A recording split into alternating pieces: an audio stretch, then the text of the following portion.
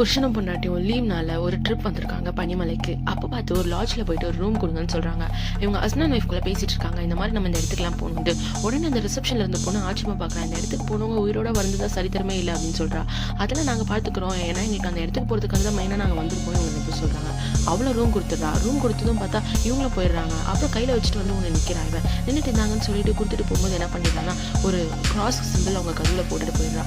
மறுநாள் பார்த்தா இவங்க ரெண்டு பேர் என்ன பண்ணுறாங்க, அந்த இடத்துக்கு போகிறதா ரெடி ஆகிட்டு இருக்காங்க. அப்போ பார்த்து கையில் ஒரு ரிங் மாட்டுது. இவன் ஏன்னா வந்து அந்த இடத்துக்கு போயிட்டு சர்ப்ரைஸ் பண்ணலான்ட்டு சரி அவரே சர்ப்ரைஸ் பண்ணுறோன்னு வச்சிடலாம். அப்புறம் இவங்க ரெண்டு பேர் கிளம்பி வெளியே வராங்க. அப்போ பார்த்தா ஒரு போலீஸ்கார் வந்து நின்றுட்டு இருக்காரு.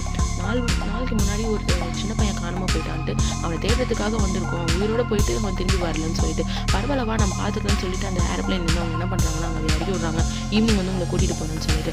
அப்புறம் பார்த்தா இவங்க ரெண்டு பேரும் என்ன பண்ணுறாங்கன்னா அந்த மாதிரி ஜாலியாக விளாண்டுட்டே இருக்காங்க. இவன் என்ன பண்ணுறான், இன்னும் கொஞ்சம் தூரத்தில் போய் ப்ரப்போஸ் பண்ணலான்ட்டு அங்கே போயிடறான். அப்புறம் பார்த்தா அவன் வந்து பனியால் வந்து தான் அவன் எங்கே போகிறான்னு காணாமல் போயிடறான். உடனே இந்த பொண்ணு அதிர்ச்சி ஆயிடலாம், அவன் எங்கே தான் போனான்னு தெரியலையே அப்படின்னு தேடிட்டே இருக்கான். அப்புறம் பார்த்தா தூரத்தில் யாரோ நிற்கிற மாதிரி இருக்குது.